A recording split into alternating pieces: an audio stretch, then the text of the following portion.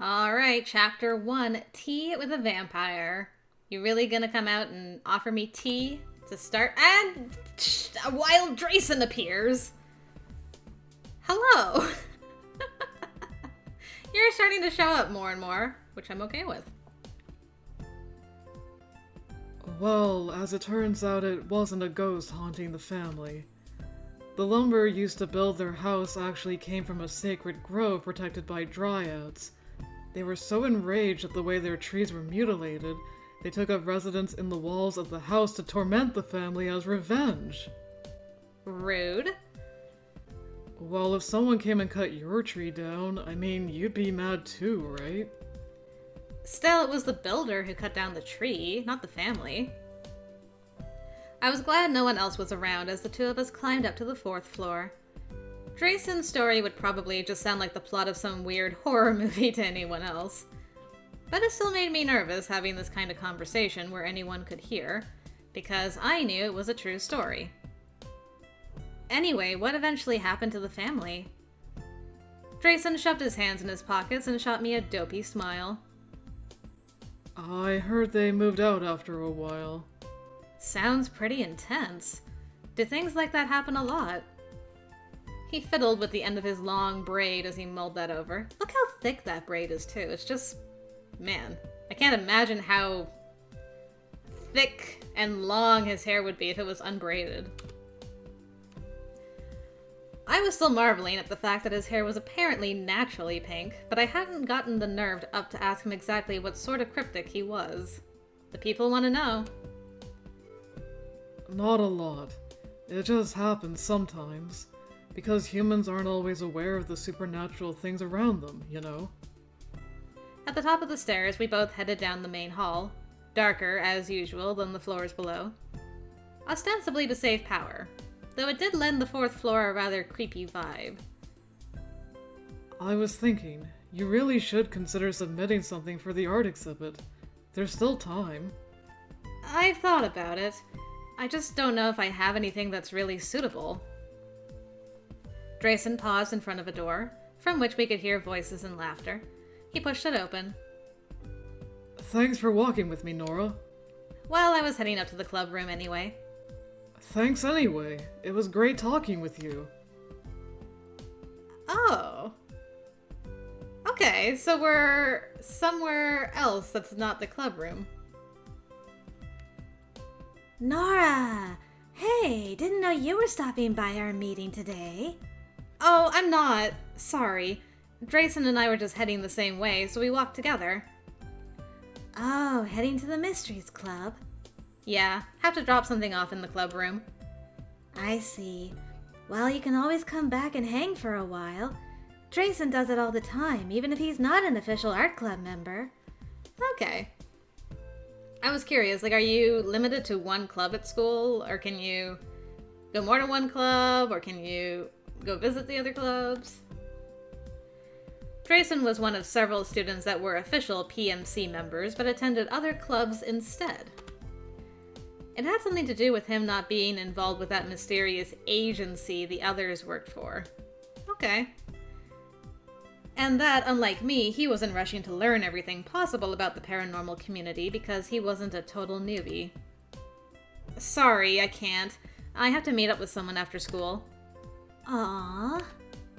By the way, I was just telling her that she needs to submit something to the art exhibit. Oh, you totally should. And I was just telling Drayson that I'm not sure I have anything suitable. It doesn't have to be anything special. Just bring in some of your work sometime, and I can help you pick something. I'll think about it. Anyway, I need to be going. I'll see you guys later. See you later. And if you ever have time, feel free to stop by our club sometime, okay? We'll let you in, even if you're not a member. Glad to hear it. I waved and took a step back, colliding with something decidedly soft and person-shaped.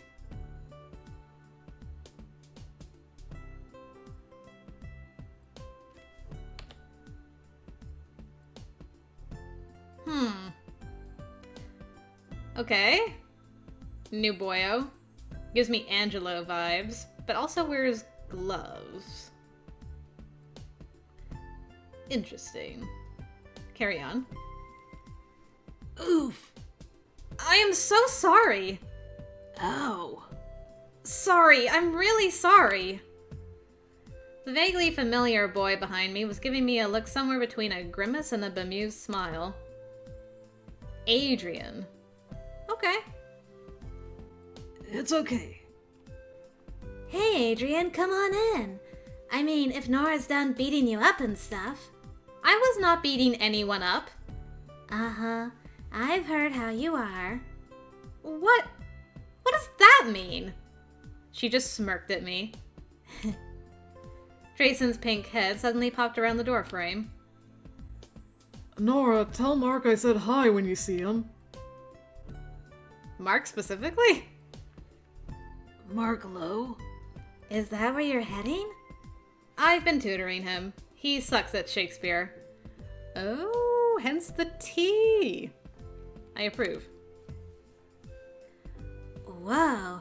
I'm shocked to hear he sucks at anything. You'd be surprised. Anyway, I'm really sorry. Adrian, right? I vaguely knew him from art, but had never spoken to him. I was pretty sure he was a grade below me, maybe 2. I wasn't totally sure.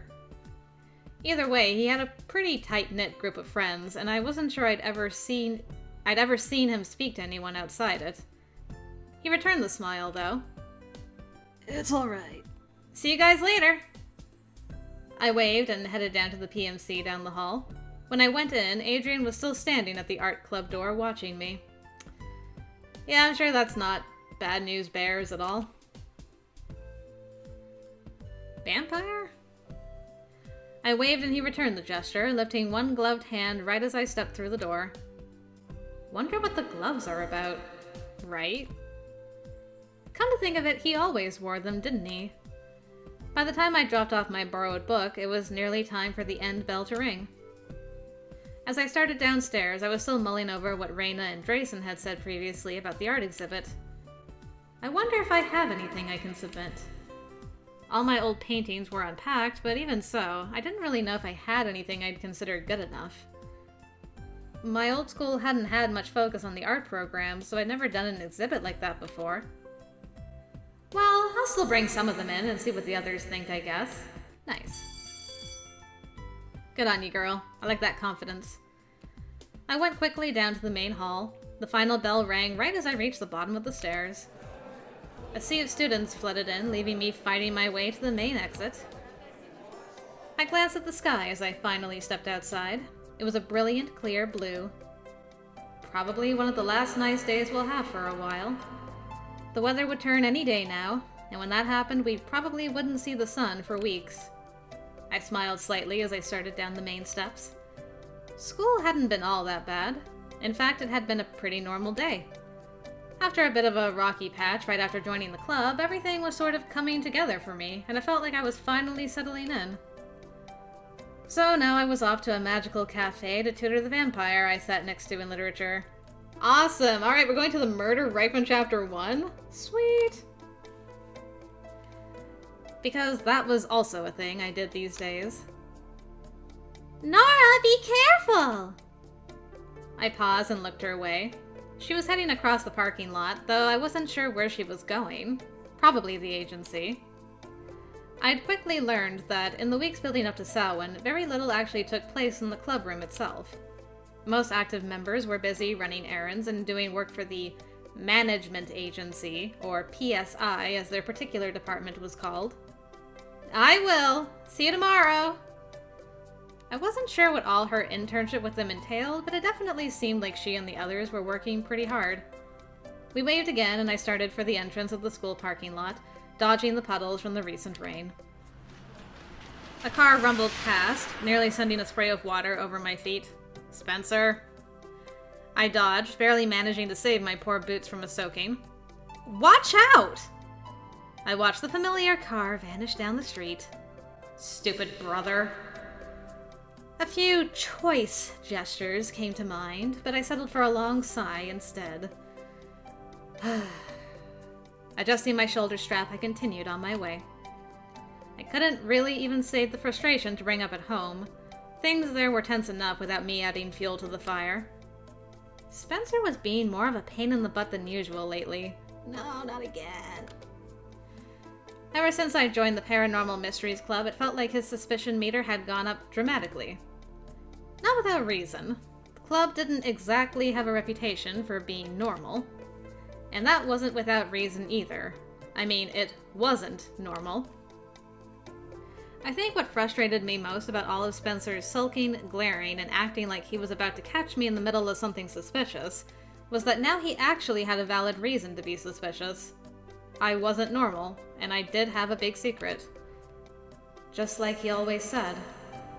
That was upsetting and worrying because there were so many uncomfortable, I was gonna say unfortunate, uncomfortable implications to it. But more than anything, he'd been right. And that really sort of ticked me off. Stupid brother. But he was the least of my worries, at least for now. My life had pretty much exploded since that second day when I'd run into the Spriggan on the bridge in my neighborhood. I'd started seeing weird things everywhere. On, like, day one, starting with that Spriggan. It was as if the world of weird was just waiting for me to figure out I was part of it before it started asserting itself every time I left the house. School was the first place that had been taken over.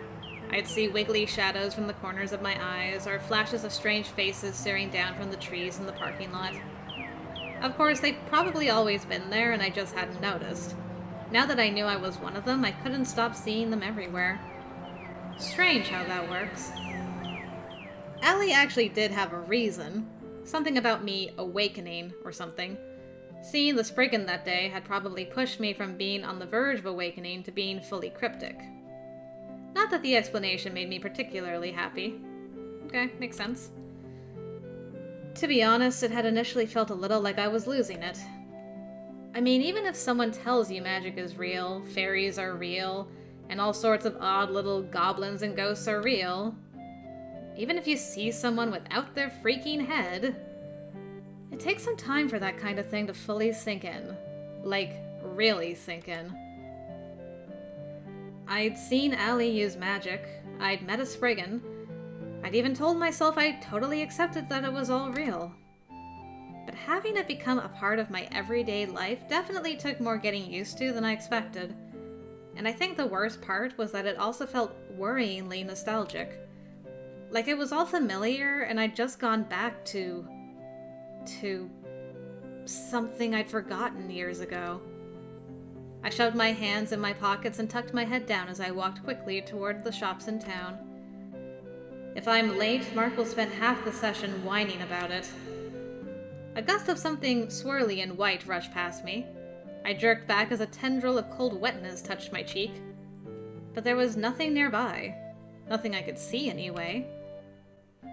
If the ones I can see are frustrating, the ones I can't see but know are there are even worse. I started walking again, resisting the urge to check over my shoulder as I went. I didn't mind cryptics that looked human. I mean, how could I? A decent chunk of my fellow students and teachers fit into that category. I fit into that category. The ones that bothered me were the ones like that one. They almost never came out where you could fully see them. They were just flashes of movement, or a ghostly touch on the cheek or shoulder. I'd first thought they were just exclusively lurking around at school, but that wasn't the case at all. One jumped out at me in the grocery store over the weekend, causing a minor freak-out on my part, which in turn made my mom think I was nuts. And somehow she thought the situation would be resolved by my getting a boyfriend. Okay. Mom, I know you're like the ultimate chipper, but you're gonna have to explain that one to me. Yeah, not sure how me trying to crawl on my dad's head and have an aneurysm segued into needing a man, but whatever. Then I'd seen one in my room. Ugh. That had not been a fun night. Nora, what is it? When Mom and Dad burst into my room, summoned by my terrified shriek, I was standing on the chair in the corner, shaking and pointing to the closet. There! They both stared, wide-eyed in that direction, trying to see whatever I was pointing at. Unfortunately, the brown, grungy creature that was huddled in my closet staring back at us was invisible to them. I don't see anything. What was it? A mouse? He approached the closet carefully, searching for whatever intruder had freaked me out. I immediately felt stupid and frustrated. It wasn't a mouse or spider or anything that my dad could help me fend off with a decent-sized shoe. Even so, I'd managed to convince them that I'd seen a really big spider, which prompted Dad to insist on clearing out my closet to try to find it.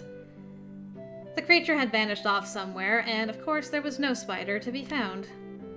And since then, Dad hadn't let me forget I'd climbed up onto a chair in a panic, nor had he stopped trying to startle me into doing it again. Thanks, Dad. Though I swear, the next time he shouts, "There it is! Quick, get on a chair!" I'm going to smack him. And that stupid ratty creature from my closet was still lurking about too. I'd seen it several times. Allie said it was some kind of tutelary fairy, probably. A household spirit that was attached to the house we lived in. She said as long as we didn't tick it off, it would probably stay out of sight. Unfortunately, Spencer had definitely already ticked it off because it had taken to pranking him by stealing his keys, shoes, homework. Of course, he blamed me, because clearly I had nothing better to do than torment him with petty pranks. Trying to maintain an outward sense of normalcy through it all was the hard part. Even if I thought Mom and Dad would handle the truth better than I did, there were apparently laws in place that prevented me from telling them. Ugh. But if they'd just stop popping out at me at weird times, that would be great. Speaking of, I paused at a crosswalk and waited for the light to change. I was trying to keep my head down and not look at the old lady in the weird old-fashioned clothing next to me.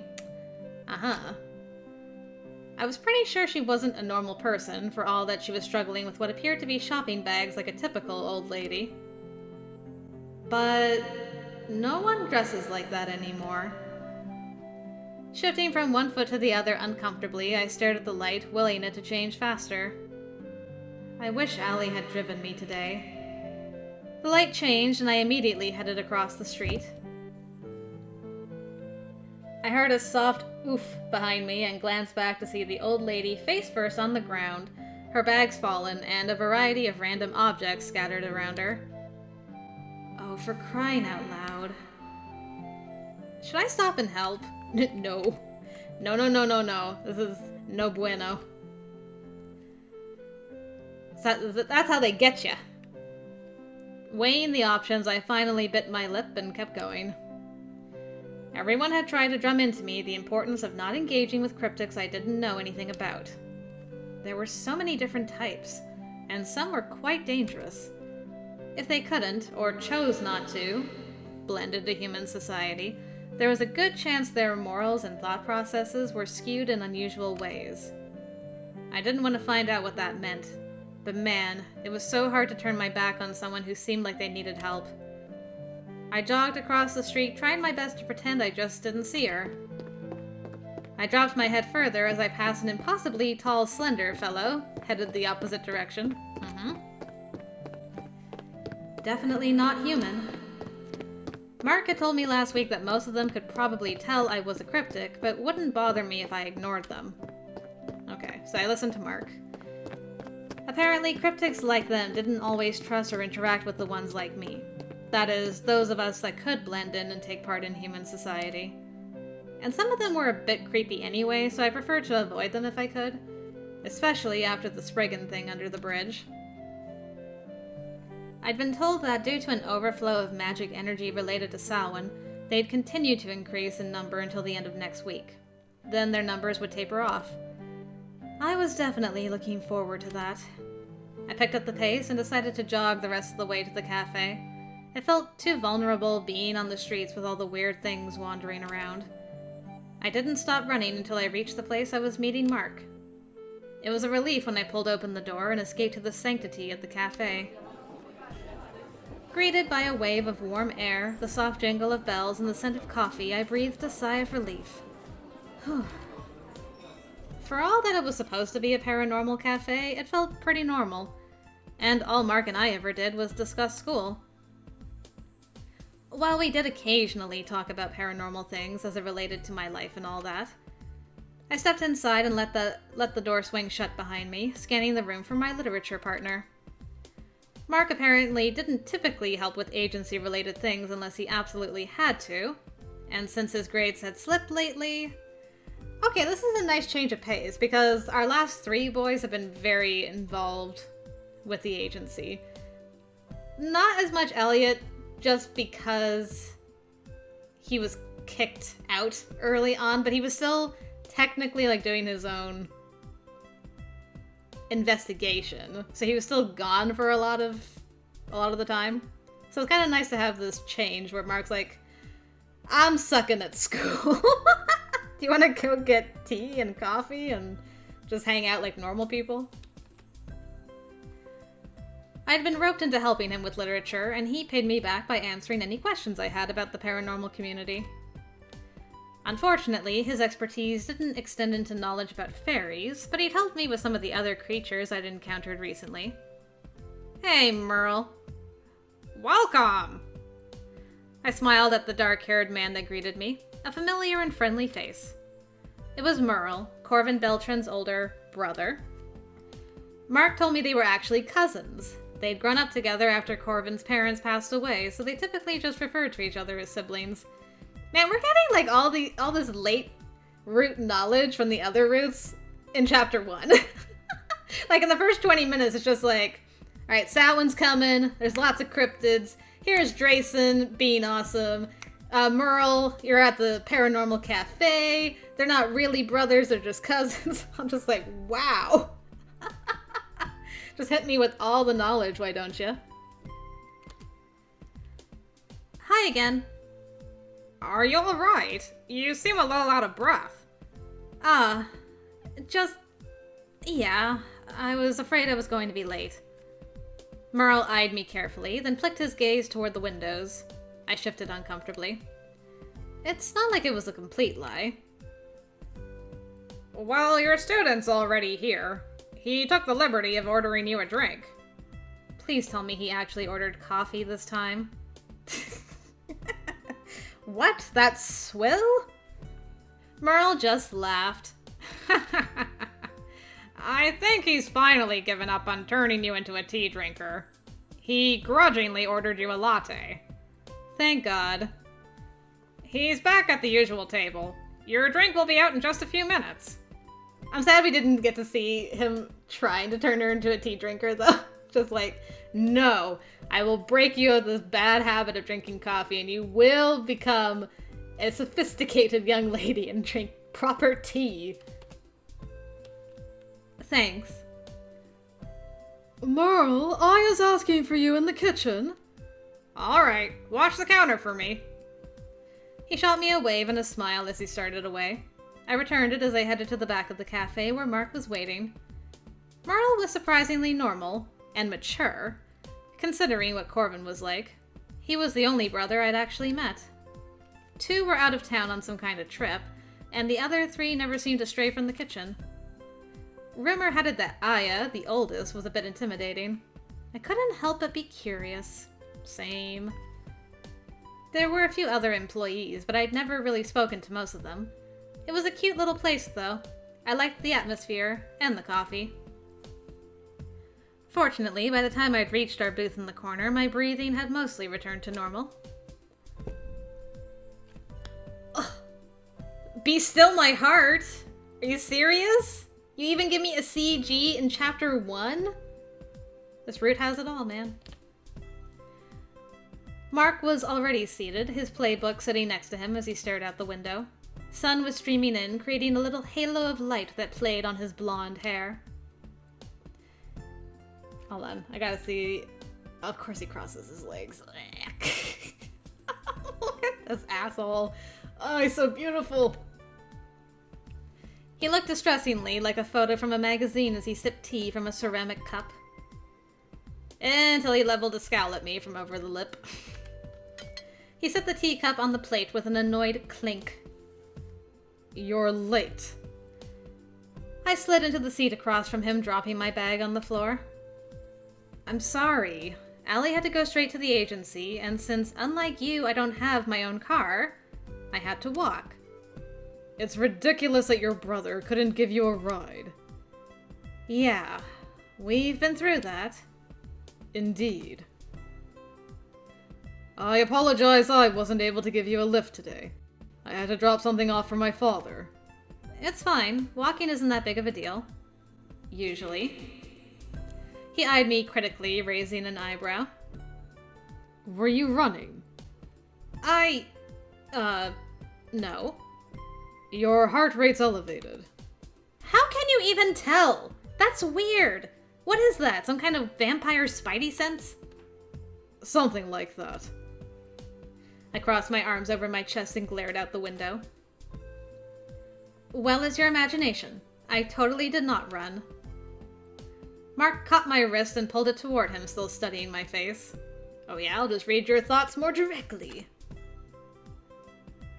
Your heart rate is definitely elevated. I slouched lower in the booth and yanked my arm away from him. It was rare for him to voluntarily touch me. It's your imagination. Sometimes he worried about the most random things. And from that look on his face, I had the feeling I needed to prepare myself for another lecture. What happened? Nothing. There were just a lot of cryptics out today. Creepy ones. I noticed on my way in. I can't see them as you can, but I can at least smell them. Vampires and their crazy sense of smell. Mark gave me another long look. You didn't speak to any of them, did you?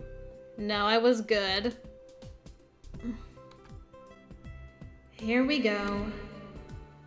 No. It wasn't a lie. I didn't actually talk to the old lady. You didn't help her either. I'll be sure to drive you here every day from now on. Or at least until Samhain passes. I believe drifters are starting to show up, and I don't think it's wise for you to walk alone anymore. Drifters? You mean the ones that float into town this time of year, then disappear again? Ooh. Our first journal entry. Ah. Mark Lowe, the quintessential stuck-up gorgeous vampire. A natural born, of course. From a wealthy family, of course. He's everything one would expect a vampire to be. Really. Stuck-up, arrogant, and really bad at Shakespeare. Okay, that last one isn't really expected, but it's true and I find it amusing, so there it is. I read one book that indicated the reason vampires drink blood instead of living off a normal diet is because their bodies require obscene amounts of protein for cell regeneration, so they can stay young forever. Not sure how true that actually is, but I guess it's an interesting theory. That said, I don't know if they really need a reason for having a blood-based diet. Seems like most supernatural creatures kind of defy reason anyway. Drifter, drifter, drifter, drifter, drifter. There we go. Drifters are strange cryptics, unattached to any one place. They drift along the magic currents in the atmosphere, carried from one place to the next without any real purpose. They're strange, nameless beings who mostly have only a vague awareness of the human world. Most are harmless, but some are predatorial creatures that feed on others like them. If they do encounter humans, they sometimes stick to them, slowly draining away their life or even possessing them. Okay. Yes, as I mentioned before, they wash in on the magic currents, and they're often not pleasant to deal with. No concept of morals, right? Correct. Glad to see you've retained at least some of what I've told you. I try to write most of it down so I don't forget. Good. For someone so ignorant of our society and with no reasonable sense of danger, it would be best if you didn't encounter any of them. I'm so sorry I'm ignorant and have no sense of danger. I told you not to interact with them, and yet you still got involved with that one on Monday. I can't help it. It was stuck in a trash can. I can't just ignore them when they need help. You can ignore them. Or is it going to take getting your hand bitten off before you learn? Nothing happened. It tried to attach itself to you until I frightened it away. How exactly is that nothing? Fine, I get it. I'm going to be careful for the next few days. You aren't going to learn until something terrible happens to you. Oh. He let out an annoyed sigh. Before that, I at least want to go over our reading today. I had some questions. Glad to know getting good grades trumps something terrible happening to me. Priorities. Well, since you're so entirely ignorant regarding Shakespeare, I guess. I love these two already. I moved to the other side of the table so I could see the playbook better, but I tried to be sure I was far enough away that we wouldn't be touching. Ready now. I've been ready. What do you need help with? As expected, Mark shifted slightly further outside my range of touch. I was already used to it by now, but initially, those sorts of little gestures had kind of offended me. I'd quickly learned it wasn't just me. He didn't really like touching anyone, not unless he had to, like, apparently, checking my heart rate to see if I was lying about running. Or the other day when he helped one of his many fans stand after she'd fallen in the hall.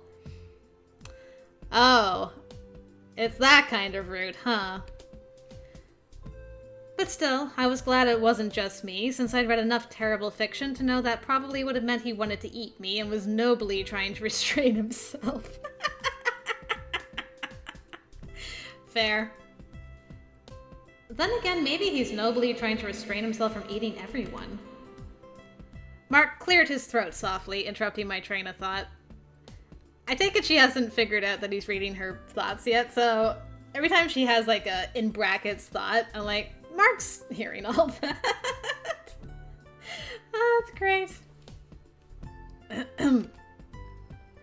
I was curious about this speech by Oberon. Right. What didn't you understand about it? I grasp that he's decided Titania has been humiliated enough, and that since he coerced her into giving him the changeling he wanted, he wants to undo the magic on her. Essentially, yes. Why doesn't Titania question what's happened to her? When she realizes it wasn't a dream, shouldn't she have been angry at Oberon? Logically, maybe, but that wasn't really the point of the play.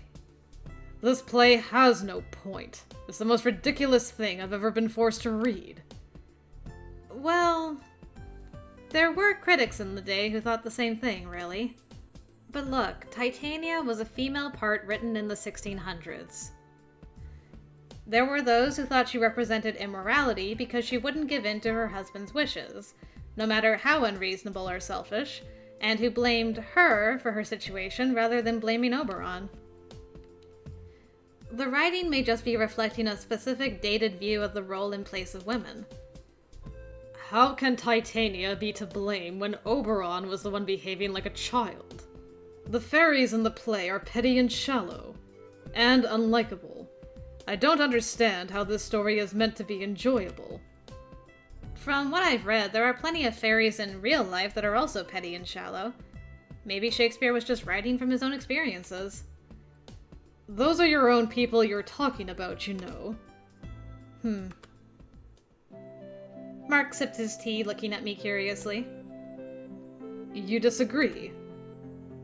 Even if we assume I'm Fae, I was still raised as a normal human.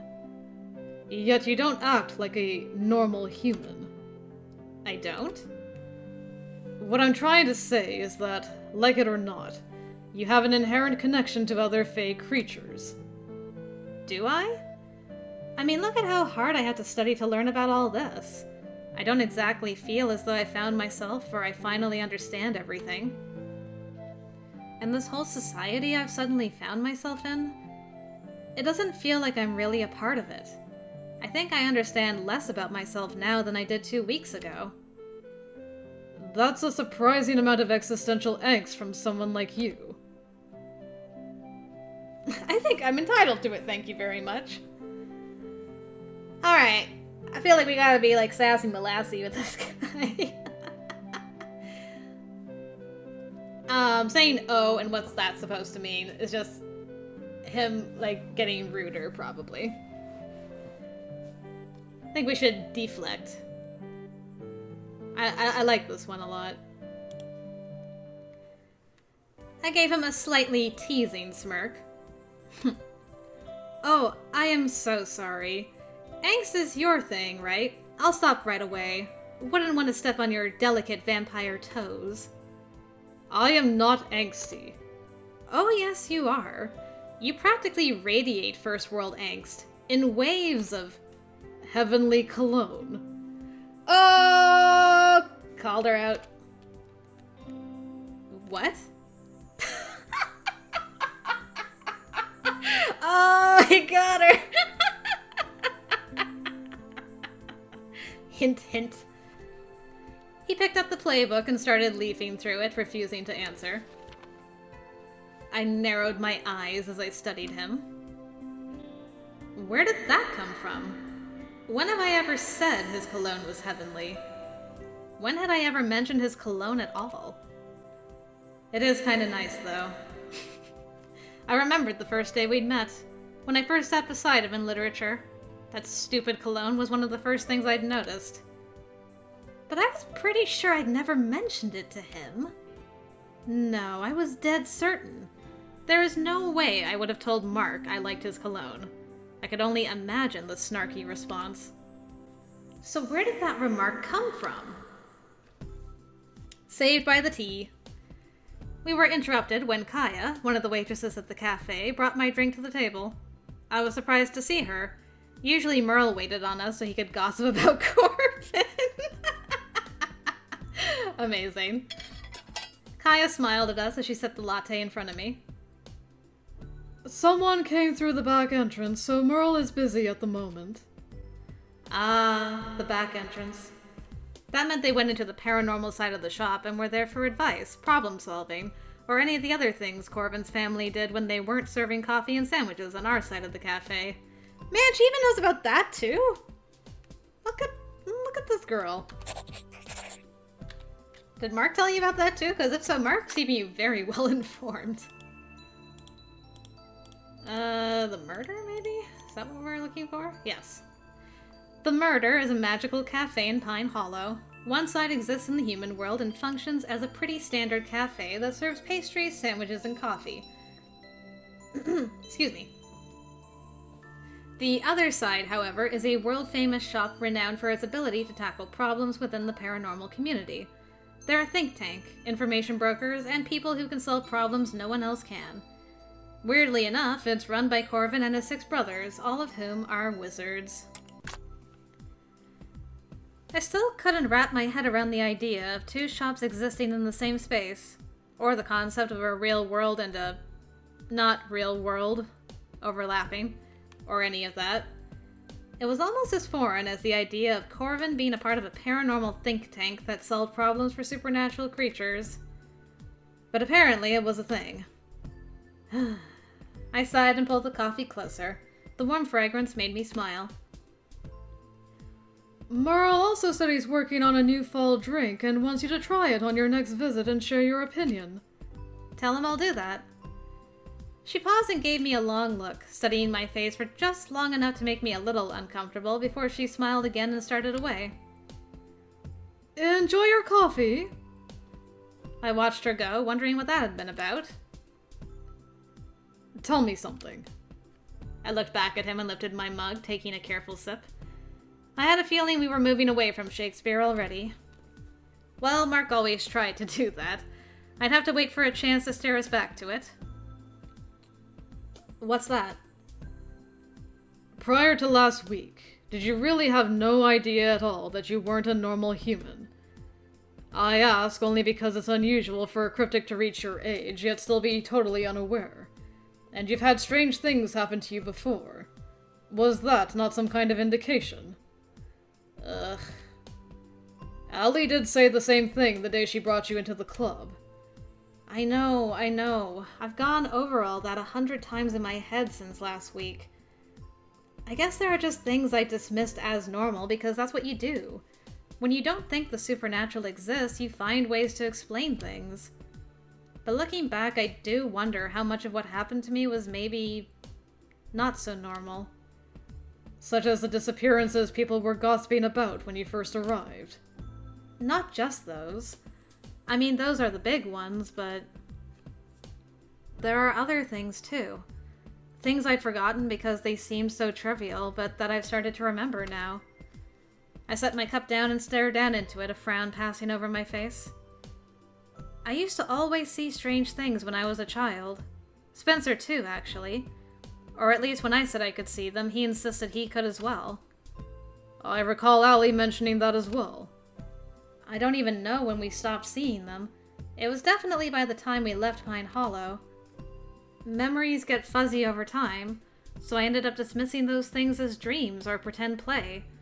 But now that I've started seeing weird things again, I just wonder if maybe it wasn't just pretend play. Yeah.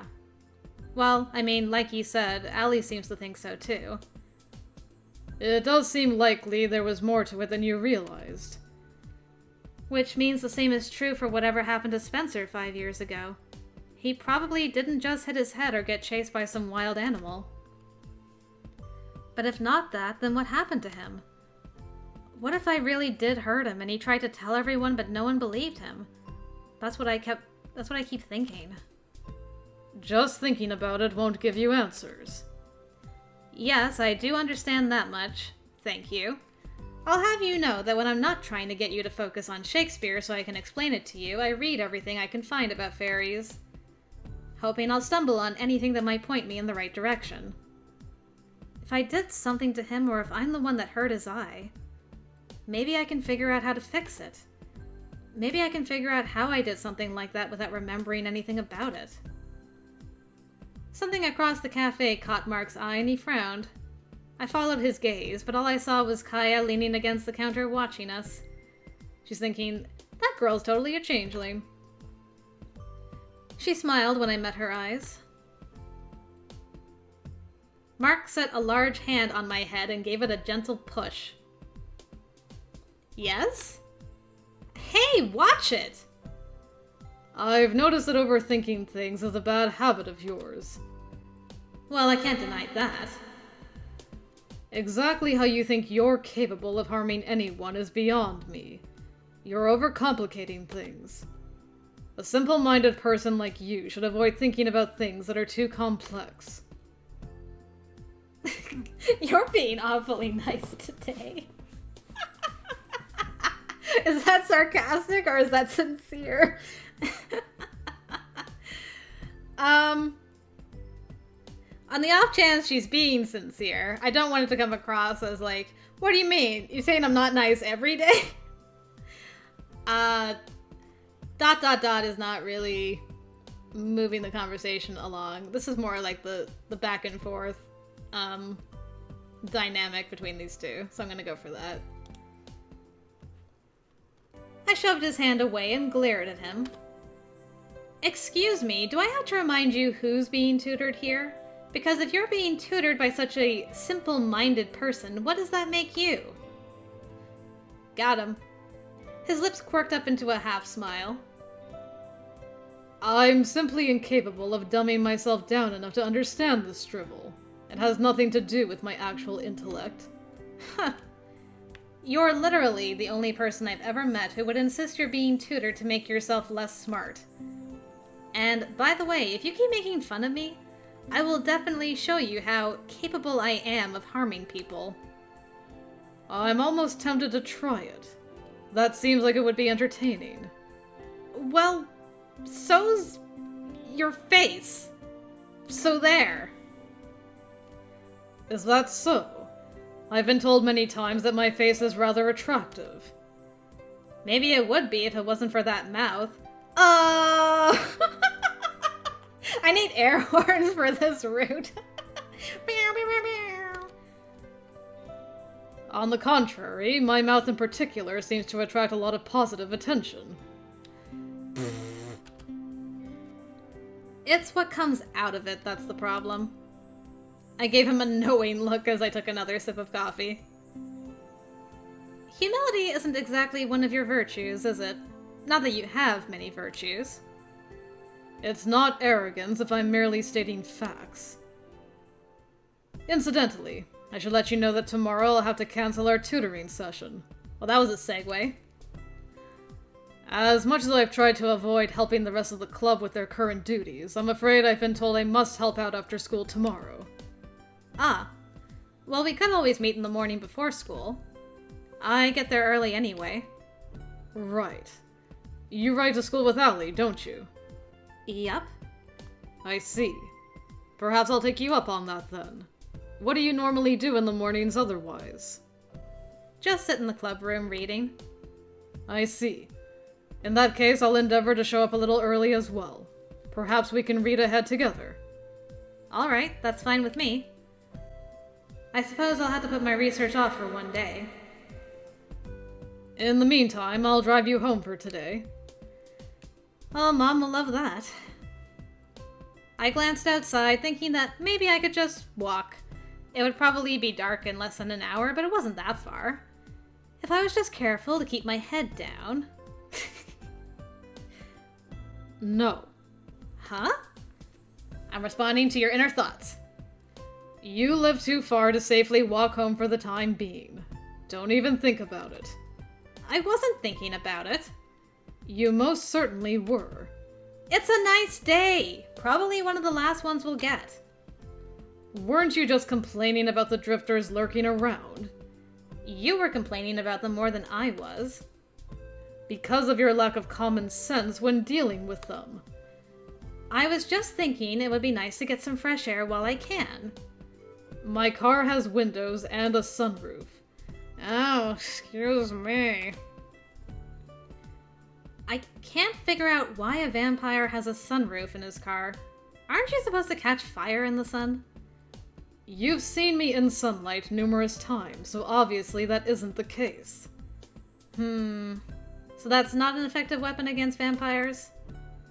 I have no idea why you think you'll ever need a weapon against me. I don't know. You've looked pretty angry during some of our tutoring sessions. I can't lie, there have been a few times I worried you might, jump across the table and try to have a nibble out of revenge. What makes you think I have any interest in eating live food? I don't know. Isn't that what vampires are supposed to do? Have you ever wanted to bite into a live chicken just because you're hungry? No. Ew! No! I paused, taking that in. Okay. Point taken. But it does happen, right? Vampires do that, otherwise they wouldn't have made a law against it. There are laws against cannibalism too, because some humans do that. But it doesn't mean all humans do it, or want to do it. Most find the very idea repulsive. Also a good point. There are times when the hunger is powerful. It isn't quite the same, I don't think, as when you are hungry.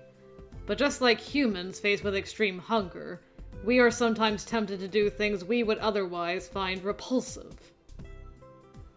And I suppose you might say we are more susceptible to that kind of thing, even when we're not to the point of starvation. Nevertheless, just as you're not going to attack a live cow because you want a hamburger, I'm not going to attack you just because I'm hungry. Are you calling me a cow? Did I say that you're a cow? No. Then, no. Did you just imply that you see me as a cow? Whoa, you laughed. Sort of. Now I'm really scared.